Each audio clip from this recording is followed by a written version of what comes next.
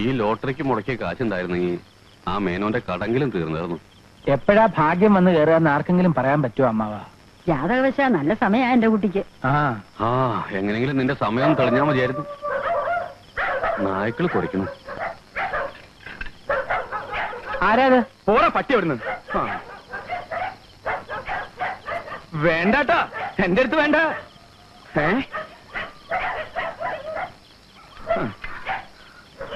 ഇതാ പുണ്യല്ലേ? അതെ. എന്റെ മോനിങ്ങി വന്നല്ലോ. അതെ, വന്നു അമ്മേ. നാടൻ പട്ടികൾക്ക് ഇത്ര ശൗര്യം ഉണ്ടെന്ന് എനിക്ക് ഇപ്പോഴാ മനസ്സിലായത്. നീ അവിടെ നിനക്ക് നിനക്ക് നിനക്ക് എന്നെ അപ്പുണ്ണി നീ ഇനി 5 കൊല്ലം കഴിഞ്ഞ് മടങ്ങൂന്നാണല്ലോ കത്തിൽ എഴുതിയിരുന്നത്. അതെ, അതായിരുന്നു പ്ലാൻ ചേട്ടാ. പക്ഷേ ആശ്രമത്തിൽ ഒരു മോഷണം നടന്നു. എന്ത് മോഷണം? മഠാധിപതി ചൗടയ്യ സ്വാമിയുടെ രത്നകിരീടം കാണാതെ പോയി. നീയാവും മോഷിച്ചത്.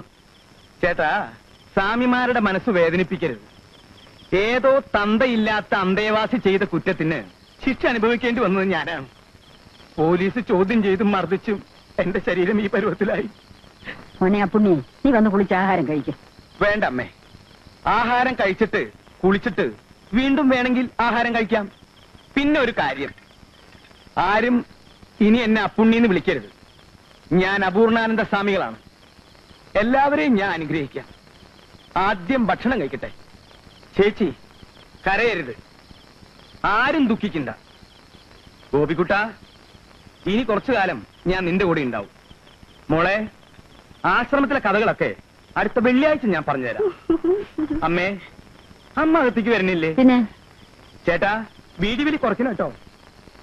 കുറയ്ക്കാം. ചേട്ടൻ ഏത് ബീഡി വലിക്കുന്നത്? നീ വല്ലതും കഴിക്കേ പോയിട്ട്.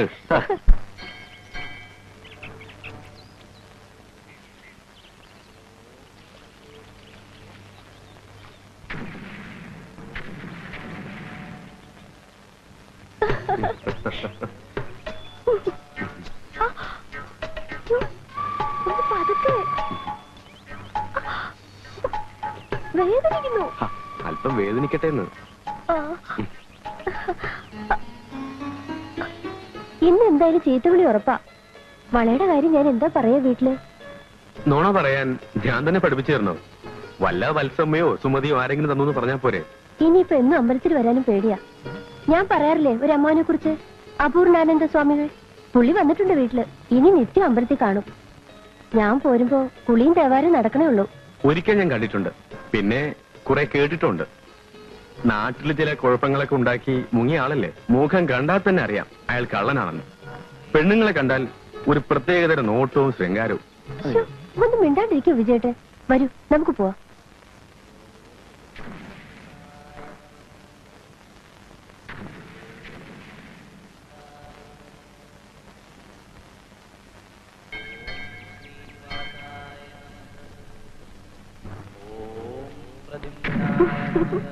നിൽക്കൂ വത്സ.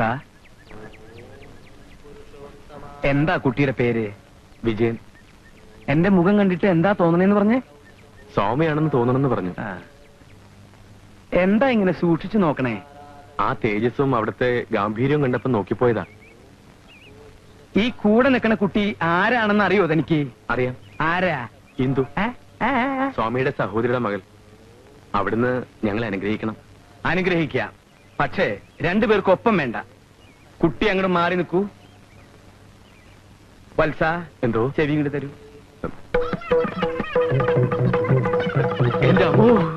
എന്താ? അയ്യേ, ഞെട്ടരുത്.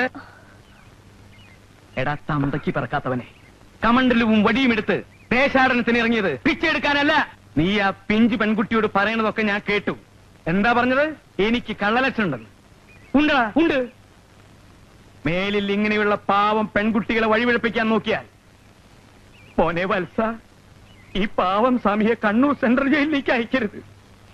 പോടാ പോടാ പോടാ പന്നി.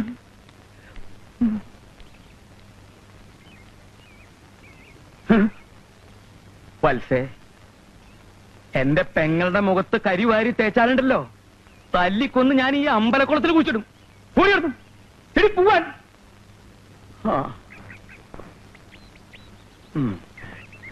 സ്വാമിജി, ദീപാരാധനയൊക്കെ കഴിഞ്ഞോ? ഉവ്വ്. ഓ, മുണ്ടും നേരിതും കാണുമ്പോ തരിക്കുക. ഭഗവാനെ, എന്നെ പരീക്ഷിക്കരുത്.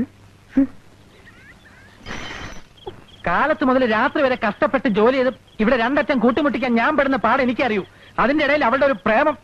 ഈശ്വരൻ ആ സമയത്ത് എന്നെ അവിടെ എത്തിച്ചില്ലായിരുന്നെങ്കിൽ എന്തൊക്കെ സംഭവിച്ചാലേ. കൃഷ്ണ, ആ ചെക്കൻ ഏത് തറവാട്ടിലെയാണെന്നാ ഏട്ടൻ പറഞ്ഞത്? വാരിശ്ശേരിൽ വിശ്വനാഥമേന്റെ ഒരു മരുമകനായിട്ട് വരും. ഇപ്പൊ എനിക്ക് വേറൊരു ഉദ്ദേശം കൂടി ഉണ്ട്. എന്താ അത്? ആ ചെക്കനെ കുറിച്ചൊന്ന് അന്വേഷിച്ചാലോ പുണ്ണി? ഗോപി എന്താ പറയണേ? ഞാനൊന്നും പറയുന്നില്ല. വേണ്ട. അമ്പലവും വഴിപാടെന്നൊക്കെ പറഞ്ഞ് കാലത്തെ ഇവിടുന്ന് അങ്ങോട്ടുള്ള പോക്കൊന്ന് അവസാനിപ്പിച്ചേക്കണം. ആൾക്കാരെ കൊണ്ട് അതും ഇതും പറയിക്കണോ എന്തോ? ഇപ്പൊ ഇനി ആരും അവളോടൊന്നും പറയാൻ പോണ്ട. എടാ ഗോപി, ഞാനൊന്ന് അന്വേഷിക്കട്ടെ. കല്യാണം എന്നൊക്കെ പറഞ്ഞിപ്പോ പുറപ്പെട്ട അതിനോട് പൊന്നും പണവും കെട്ടി വെച്ചിട്ടുണ്ടോ? ആദ്യം ആ ലോണൊന്ന് ശരിയായിക്കോട്ടെ. പൊന്നും പണവും മാത്രമല്ലോ കല്യാണം, മനസ്സിന്റെ ചേർച്ച കൂടിയല്ലേ. ഏട്ടൻ വളരെ നാളുകൾ കൂടി ഒരു സത്യം പറഞ്ഞു. 1 2 3 4 5 കുരുവികൾ. 1 2 3 4 5 കുരുവികൾ രാജാവിന്റെ കൊട്ടാരത്തിൽ കൂടുവച്ചല്ലോ. രാജാവിന്റെ കൊട്ടാരത്തിൽ കൂടുവച്ചല്ലോ. റാണി വന്ന് നോക്കിയപ്പോൾ കുരുവികൾ 5. റാണി വന്ന് നോക്കിയപ്പോൾ കുരുവികൾ 5. പാട്ടും പാടി പറന്നു പോയല്ലോ. പാട്ടും പാടി പറന്നു പോയല്ലോ. ടീച്ചറിനെ ഇപ്പൊ വിട്ടേക്കാം കേട്ടോ. ഒന്ന് വന്നേ. ഒരു മിനിറ്റ്. എന്താണാവോ? ഇന്നും അച്ഛനുമായിട്ട് വല്ലതൊക്കെ ഒപ്പിച്ചിട്ടുണ്ടാവും അല്ലേ?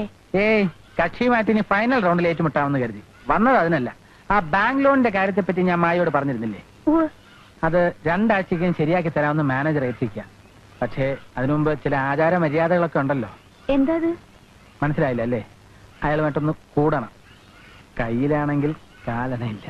മനസ്സിലായി. ഇന്ന് എന്റെ കയ്യിലും കാലണയില്ല. വാങ്ങിച്ച കാശ് എന്തെങ്കിലും തിരിച്ചു തന്നിട്ടുണ്ടോ ഗോപിയേട്ടൻ? മാത്രമല്ല, വല്ലവനും മദ്യം വാങ്ങിച്ചു കൊടുക്കാനൊന്നും എന്റെ കയ്യിൽ കാശില്ല.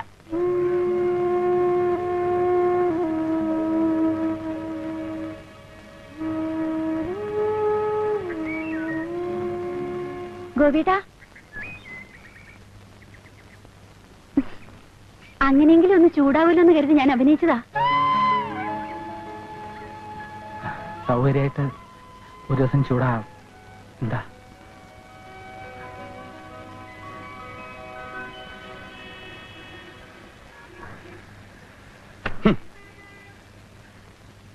ഇന്നലെ ഇവിടെ നിന്ന് മുറിച്ചു കൊടുത്ത തുണിയല്ലേ ഇത്? അതെ.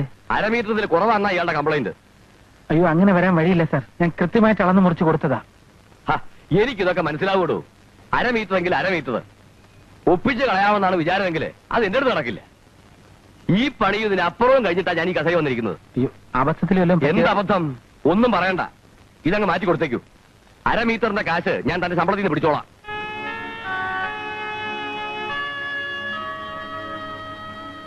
ഇത്തിരി പ്രാരാബ്ധമൊക്കെ ഉണ്ടെന്ന് കരുതി ഇതുവരെ മോഷ്ടിക്കാനൊന്നും പോയിട്ടില്ല. വിട്ടുകള ഗോപി, ഒരാളുടെ കീഴിൽ ജോലി ചെയ്യുമ്പോൾ ഇങ്ങനൊക്കെ കേൾക്കേണ്ടി വരും. പിന്നെ മോഹനേട്ടാ, ഇന്ന് വൈകുന്നേരം 7 മണിക്ക് തന്നെ എനിക്ക് തിരിച്ചു പോകണം. അതിനെ എങ്ങനെ അയാളുടെ ചെവിയിൽ എത്തിക്കുന്നുള്ളതാണ് പ്രശ്നം. എന്ത് പറ്റി? ഒരു ബാങ്ക് ലോണിന്റെ കാര്യം ഞാൻ പറഞ്ഞിരുന്നില്ലേ? മാനേജർക്ക് ഇന്ന് രാത്രി ഒരു ട്രീറ്റ് കൊടുത്തു. ട്രീറ്റോ? അതെന്താ? ട്രീറ്റ് എന്ന് പറഞ്ഞാൽ മലയാളത്തിൽ കുടിപ്പിച്ച് കിടത്തുക എന്ന് പറയും.